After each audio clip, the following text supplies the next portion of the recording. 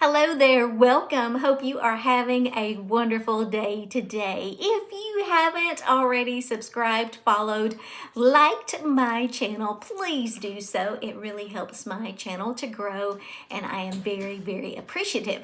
Today we are talking about 1 Samuel chapter 7.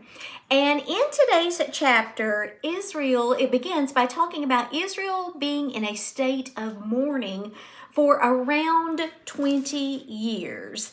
It talks about in the first verse, the men of Kiriath Jearim came to get the Ark of the Lord. Remember, we've been talking about the Ark of the Covenant. They took it to the hillside home of Abinadab and ordained Eleazar, his son, to be in charge of it.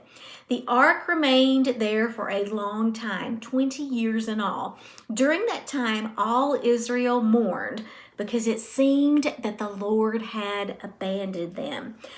They go to Samuel and ask him for help. They want him to pray to God to basically help them to get back into God's graces.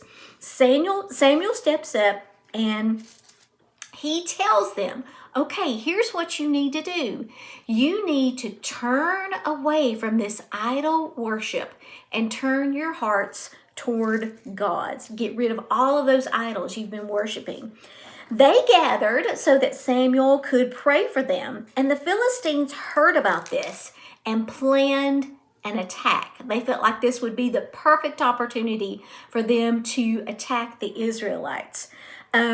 Because the Israelites were repentant, God protected them. He actually threw the Philistines into a state of confusion and he protected them. So again, we can see God extend grace to people who time and time again have turned their backs on him and have participated in idol worship. Today I wanted to share with you the footnote that deals with verse 12. It says, the Israelites had great difficulty with the Philistines, but God rescued them. In response, the people set up a large stone as a memorial of God's great help and deliverance. During tough times, we may need to remember the crucial turning points in the past in order to help us through the present. Memorials can help us remember God's past victories and gain confidence and strength for the present. Try creating a timeline of your life, marking the places where you've seen God work. It will encourage you and be a testimony to others. And one way that personally I've done this is I've done it a couple of different ways. I have journaled. There have been periods in my life where I journal daily. And now I keep a running prayer list that I pray over every day. And I can go back and reflect on that list and see the many, many places that God has answered prayers, not only in my life, but in the lives of many, many others.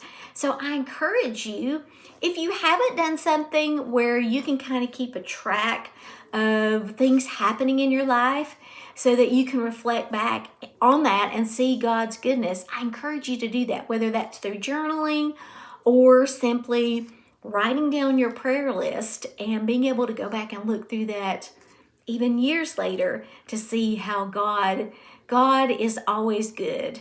And it's just a great way to build our faith.